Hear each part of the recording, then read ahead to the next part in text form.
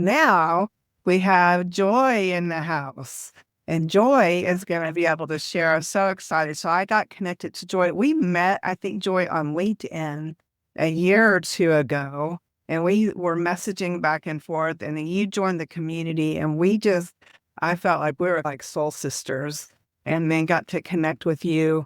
And I'm so excited that you are here to share how in just 3 minutes a day, you can actually experience the joy. So I'm going to let you take it away, ladies. As you have questions, put it in the chat, and we'll make sure that at the end we'll have time for that Q&A. So Joy, take it away.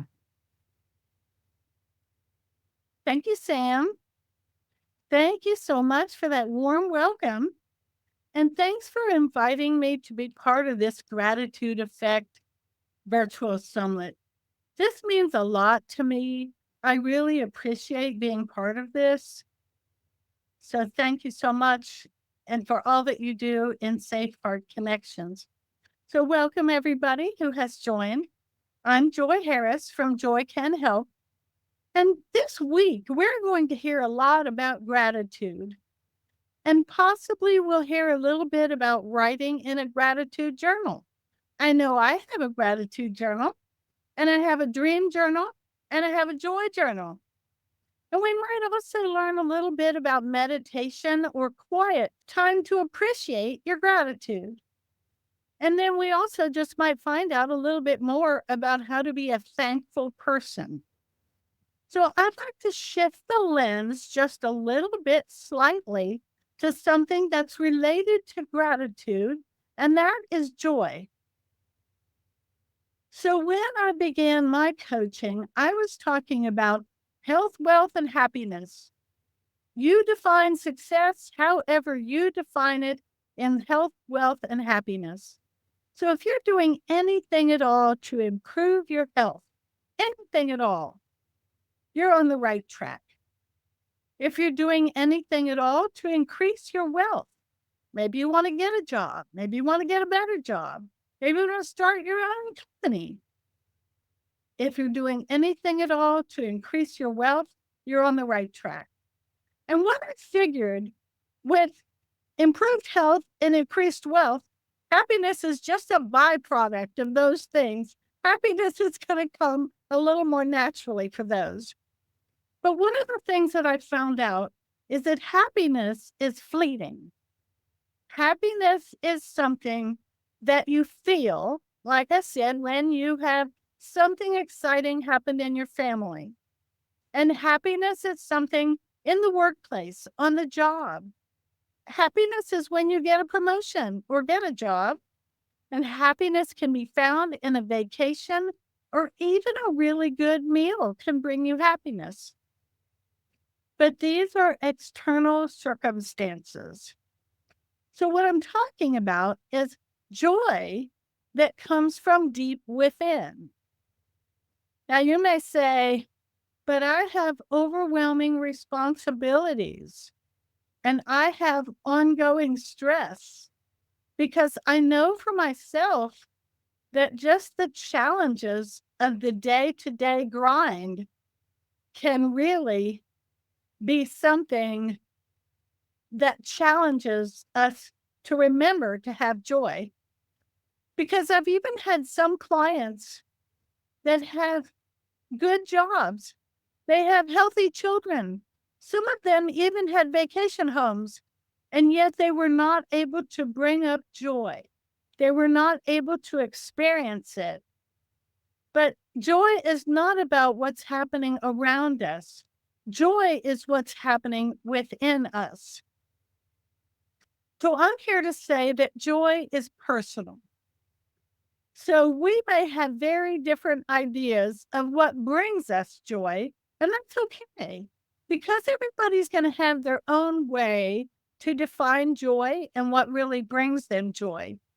So I'm going to be vulnerable and share some of the things that bring me joy. And you may think they're silly and they're not for you, but I'm going to tell you one of the things that brings me joy is trees. I really like trees. I find that trees help me feel grounded. And trees actually bring me peace and happiness. Now, I specifically like long needle pines. So maybe it's because when I was camping and I unzipped the tent, I saw long needle pines with the morning dew on them. Or maybe it was because I saw long needle pines with a little bit of frost or snow on them. But believe me, I can picture long needle pines, and many times that brings up the scent of pine. And I can use that to help me visualize joy. So, another thing that I really like is birds, and specifically hummingbirds. Now, I can tell you about a situation just last summer. I was talking to a friend in my yard, talking to a neighbor, and a hummingbird was right there within our reach. It just kept fluttering right behind us. And then it moved over to a bush, but it was right by us. It was at arm's length the whole time we were there talking. And what I found out was seeing the sight and the sound of the gentle whirring of hummingbird wings is very peaceful for me. That can bring me joy. And I do all kinds of birds, but that experience helped me be able to realize something that brings me joy. If you know anything at all about me, you would know that I talk about the buds of springtime. And then I talk about the blossoms that are coming out. And then I talk about the full bloom flowers because let's face it, I like all flowers. I like flowers in general. I love a blooming tree. I love a blooming bush. And I even love a bouquet of fresh flowers. Have you ever seen a yellow forsythia bush? They are beautiful. And an orange pyracantha bush? Or the pink or the white of azaleas? Or what about a lilac bush, a lilac tree? I can smell it right now. So, yes, those are some of the things that bring me joy. So, bringing things to mind, even for a few minutes a day, reminds me to allow joy in my life. But how often do we take the time to bring something to the forefront of our mind to allow joy? Maybe not at all, not unless you make it a priority and you set that intention to invite joy into your life. Now, you may have something completely different. You probably do. But the thing is, it doesn't have to be grand. In fact, it's the simplicity that makes it accessible every day. Now, I have 5 tips on how to invite joy intentionally into your life. And these are tips that you can do in 3 minutes or less. And then I'm going to give you a bonus tip. And it isn't meant to be done in 3 minutes, but it's meant to be started in 3 minutes. So, the first tip about inviting joy intentionally into your life is to think about joy without the dependence on others. Because if you're like me, the very first thing you thought of for what is your source of joy is your loved ones. So I'm going to ask you just for today to encourage you to find joy that comes from within your own heart, that it's not dependent on another person. So you have to think about and find something that you really like to help you find joy. For example, do you like to taste or smell peppermint? And have you ever seen a blooming peony bush? Again, it's a sight to behold. Or maybe it's the feel of a cherished object in your hands. Or simply some jewelry that you like, or your grandmother's ruby ring. It could just be the sunlight. But these are things that bring you joy, and you may identify them to help bring joy into your life. Now, the second thing, my second tip is visualization, visualizing a memory. So take a moment to think about some small, tangible thing that makes you happy, but you can also think about a trip that you took, or a party that you attended, or maybe even a party that you threw. Because thinking about your actual memories can bring incredible sense of peace and calm. And so when you visualize the great moments that you have had in your life, you know that you can just go back to them in your memory at any time. So I can close my eyes and imagine the trip that I took to the pygmy forest of British Columbia. But I can also imagine the campgrounds of Clifty Falls, Indiana. And just imagining those memories can bring me joy because good memories encourage joy. So, tip number 3 is to find your joy triggers.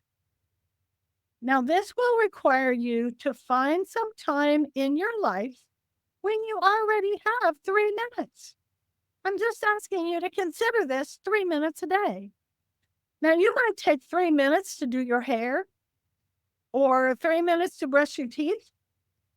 But if you set a habit to think about one of your triggers for joy, once there becomes a habit, you'll wonder, what did I think about when I was brushing my hair before I knew I could think about joy? And another way to have a trigger is to think about maybe a few minutes in the car if you're waiting to pick someone up. And you can even do it at a stop sign or a stop light. If you have something that you would like to declare, or you have something you would like to affirm, or you would like to resolve something. So I have a new phrase for myself, and it is, I thrive in 2025. And I can say that at a stoplight, at a stop sign, and not be worried about the driving and the traffic. And I think I'll be using that for a little while. It just feels good. I thrive in 2025. But I also have another one. I allow joy to flow into my life. And that talks a little bit about the ebb and flow of life. And we've already said there are going to be challenges to our time and our stressors.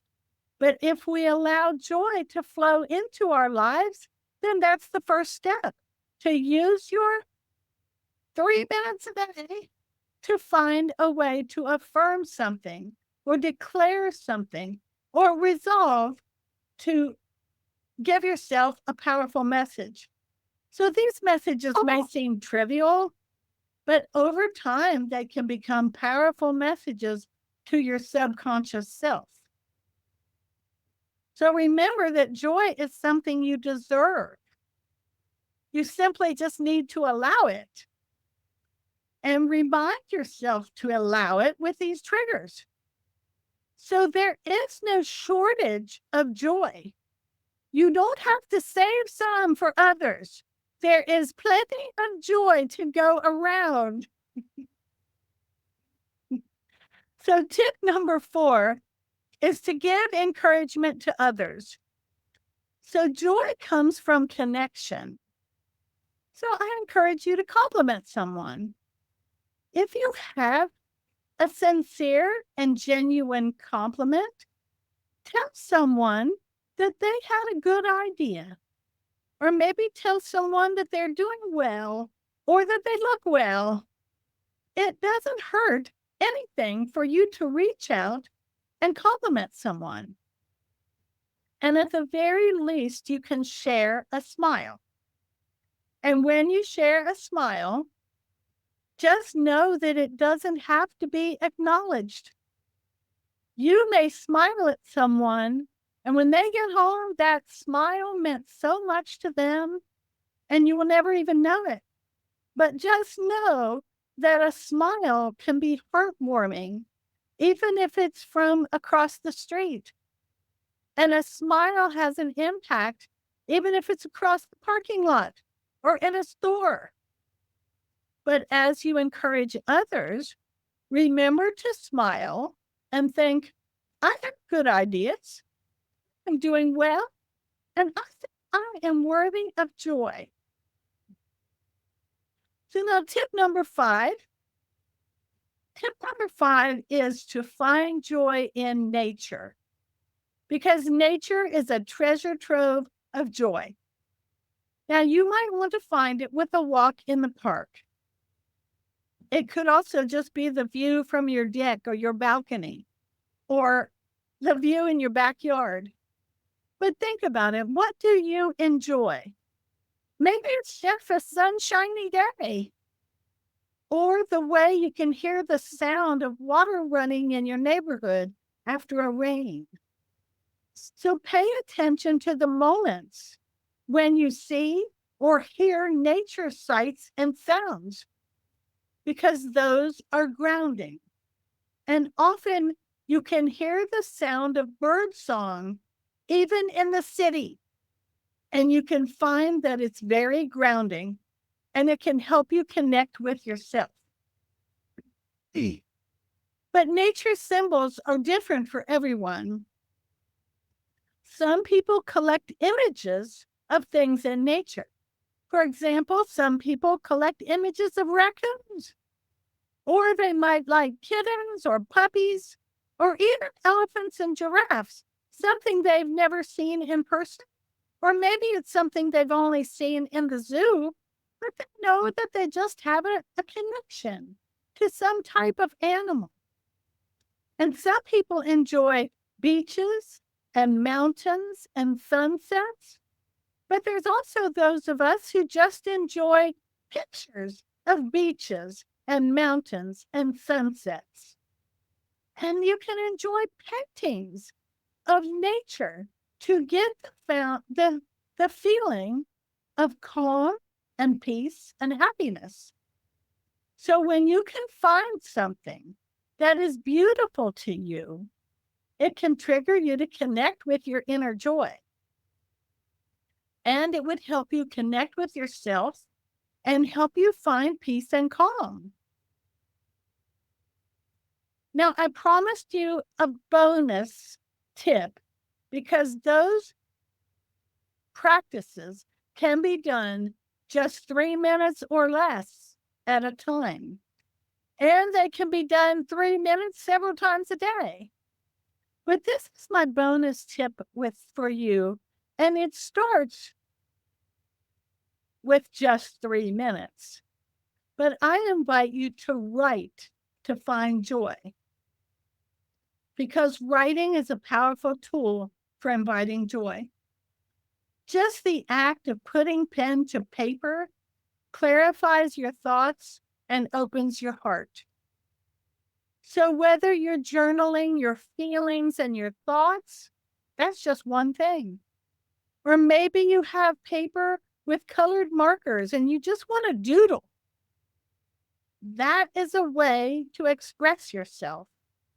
Or maybe you're listing the pros and cons of a decision you have to make. But writing creates a space for reflection and connection. So I'm going to say, don't knock it until you have tried it. Because I believe that everyone has a story inside themselves. Everyone has a unique perspective. And everyone has an experience that they could share. And many times you have experiences and perspectives that are waiting to get out. They want to be shared. So whether or not you ever plan to publish your writing, just the act of writing and expressing your thoughts can be incredibly therapeutic. Now, some of you might already have an idea for a book, or maybe you dream of publishing a bestseller that touches the lives of people around the world.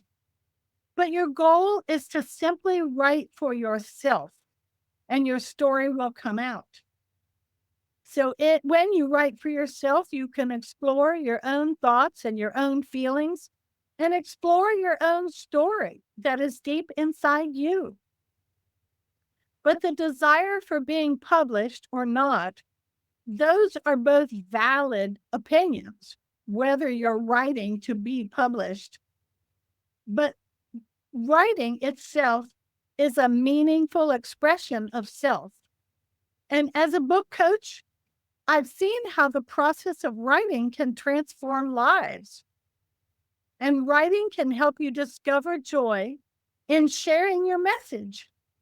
You might be surprised if you create a paragraph that turns out to be poetic words. And you might be surprised that you could write a short story.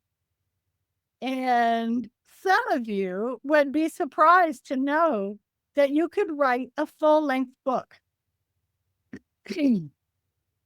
So in my coaching practice, I have supported people to help them write when they didn't even know what they wanted to write. But they were able to define their topic. They were able to create their story. And in some cases, they were able to go on and become published. But what's important is to begin crafting your story, just to begin that writing and to begin to share your own thoughts, your own feelings, and your own creative, unique story. So here's the beauty of joy. Joy is within your reach. You don't have to study, you don't have to read the right books, because joy doesn't have to be complicated. You just need to invite joy into your life. And you don't have to have a perfect life to feel it and to experience it. It's about paying attention.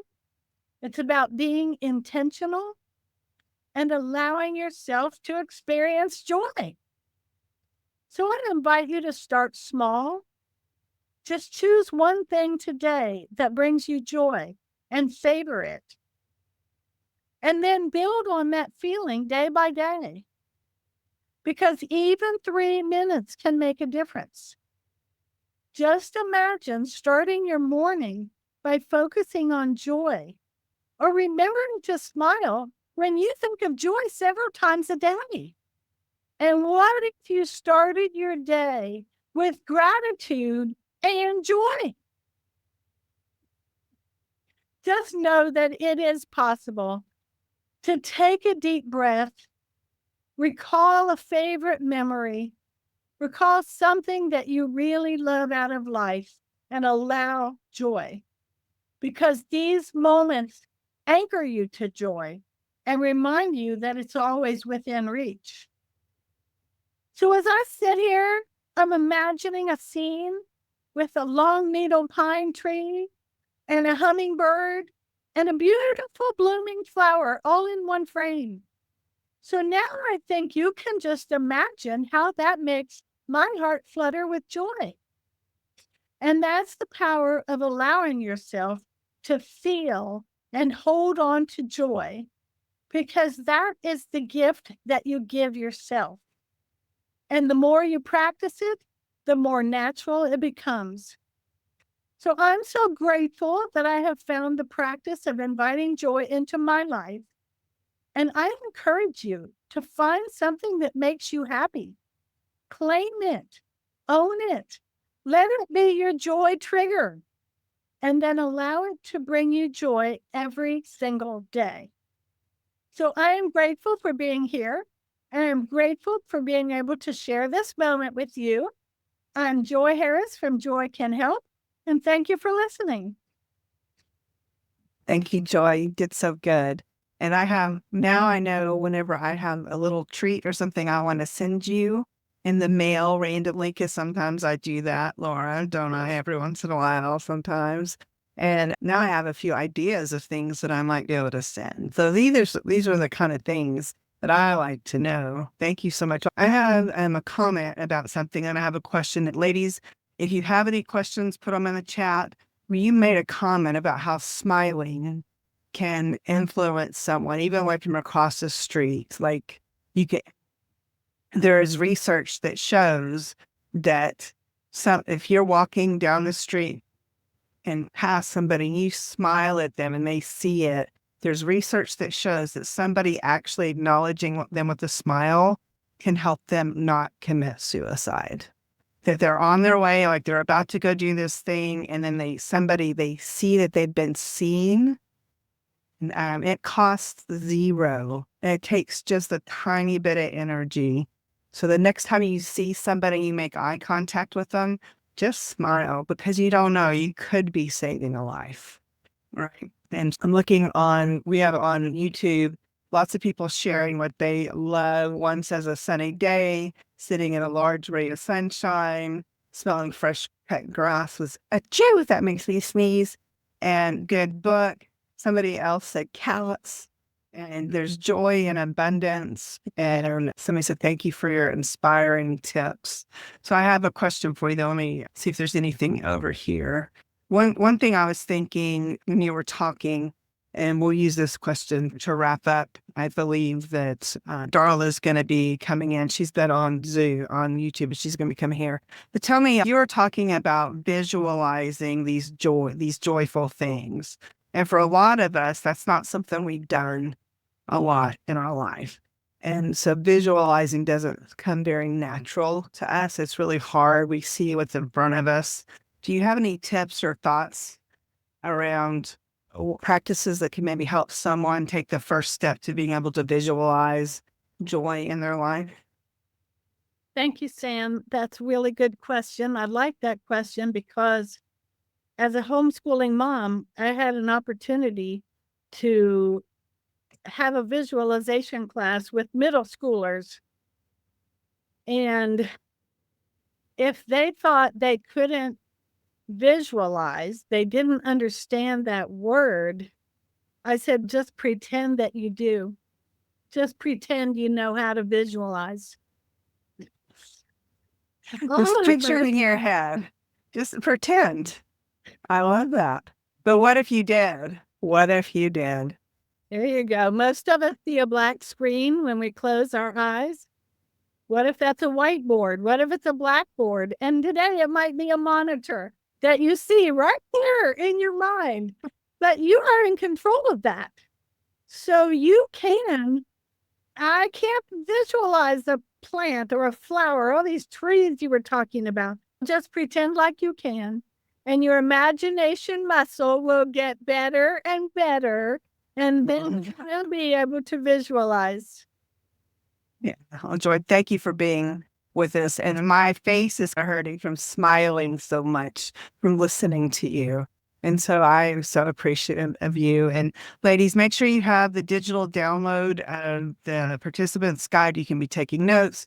There's contact information, ways to connect with all the speakers. And then on Friday, I'm going to have a landing page URL that has everybody in one place where you can go through, just click and gather the goodies or reach out to the ladies that you'd like to.